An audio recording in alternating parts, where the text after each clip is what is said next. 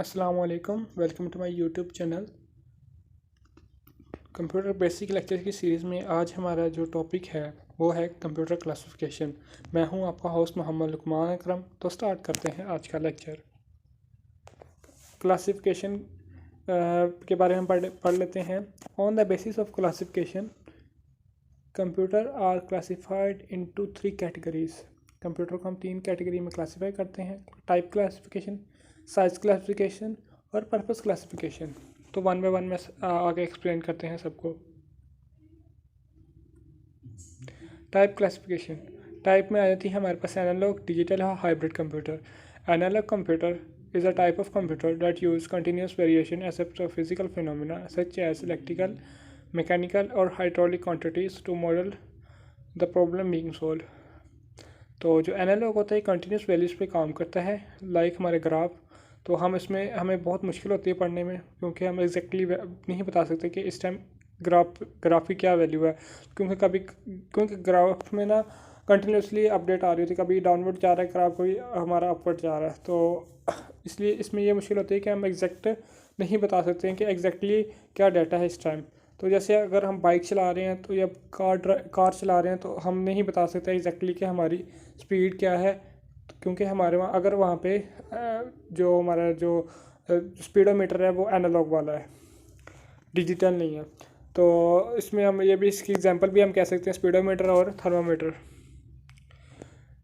Digital computer any class of devices capable of solving problem by processing information discrete form में यह मतलब कि problem को solve करता है। डिस्क्रीट फॉर्म हम 0-1 की फॉर्म कह सकते हैं, ठीक है। इसमें 0-1 पे काम करता है।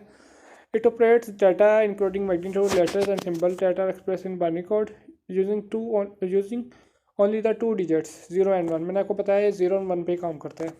तो इसकी एग्जांपल कौन सी हो सकती है? मिनी कंप्यूटर, मेनफ्रेम कंप्यूटर और सुपर कंप्यूटर।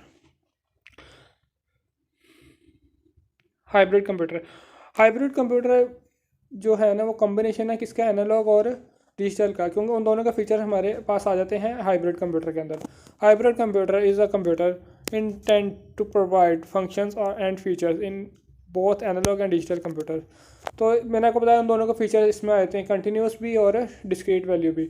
तो इसकी एग्जांपल हम कह सकते हैं gasoline station, ultrasound machine, calculator and digital watch. Gasoline की मैं आपको बताता हूँ कि जब हम पेट्रोल डलवाने जाते हैं तो एक स्क्रीन चाह रही होती है, वो डिजिटल है। और जब हम अगर हमने अपना पेट्रोल मैयर करना हो तो उसमें गेज लगी होती है, वो हमारी एनालॉग है। तो अब क्लासिफिकेशन में अब नेक्स्ट हम पढ़ते हैं साइज क्लासिफिकेशन के बारे में। तो सबसे पहले हम पढ़ेंगे micro computer. Micro computer is a complete computer on a small scale. ये एक पूरा कंप्यूटर है पर किस पे? स्मॉल स्केल पे है, मतलब इसका जो स्कोप है वो कम है। तो design for use by one person at a time. ये एक यूज़र ही एक वक्त पे इसको इस्तेमाल कर सकता है। जैसे हमारा डेस्कटॉप हो गया, लैपटॉप हो गया, स्मार्टफोन वगैरह, एक टाइम में एक पर्सन ही यूज़ कर सकता है इसे। Mini computer that was smaller, ये स्मॉलर था, less expensive, less powerful then main frame computer. ये मेन फ्रेम कंप्यूटर से लेस पावरफुल, लेस एक्सपेंसिव था और सुपर कंप्यूटर से भी, बट मोर एक्सपेंसिव और more powerful then personal computer. हमारे पर्सनल कंप्यूटर से ज़्यादा महंगा और पावरफुल था। अब हम पढ़ेंगे मेन फ्रेम कंप्यूटर के बारे में। Mainframe computer are high performance computer with large amounts of memory and data processors that process billions of simple calculation and transaction in real time। कि इसमें क्या हम हम क्या कहते हैं, बिलियन ऑफ सिंपल कैलकुलेशन कर सकते हैं और ट्रांजेक्शन इन रियल टाइम। मतलब हम ना एक बहुत ज़्यादा इसकी प्रोसेसिंग स्पीड बहुत अच्छी है। ये ना थोड़े बड़े सिस्टम होते हैं ये, जैसे हम कह सकते हैं IBM Z सीरीज़ के जितने भी हम और कह सकते हैं सिस्टम Z9, सिस्टम Z10, ये सारे इसके अंदर आते हैं क्योंकि ये बहुत बड़े होते हैं मेन फ्रेम कंप्यूटर ना। इसके बाद आ जाता है super computer. Super computer is a computer with a high level of performance as compare to general purpose computer. General purpose computer जो हमारे घरों में आम यूज़ हो रहा होता है। The performance of a super computer is commonly made in floating point operation पर सेकेंड। फ्लोटिंग पॉइंट्स के ऊपर इस पर जो फ्लोटिंग पॉइंट पे इसकी वो क्या कह सकते हैं हम स्पीड मेजर की जा रही होती है कि इस पॉइंट्स में इसकी हम चेक कर रहे होते हैं प्रोसेसिंग स्पीड। और इंस्टेड ऑफ मिलियन ट्रांजैक्शन पर सेकेंड, मिलियन ऑफ ट्रांजैक्शन की जगह पे भी हम फ्लोटिंग पॉइंट्स को देख रहे होते हैं कि इसने इतनी मिलियन जो इंस्ट्रक्शन थे उसको कितने पॉइंट्स में इसने इसको मतलब प्रोसेस किया। तो यह बहुत ज़्यादा मतलब कि इसकी हाई स्पीड मतलब बहुत ज़्यादा अच्छी प्रोसेसिंग स्पीड है सुपर कंप्यूटर की।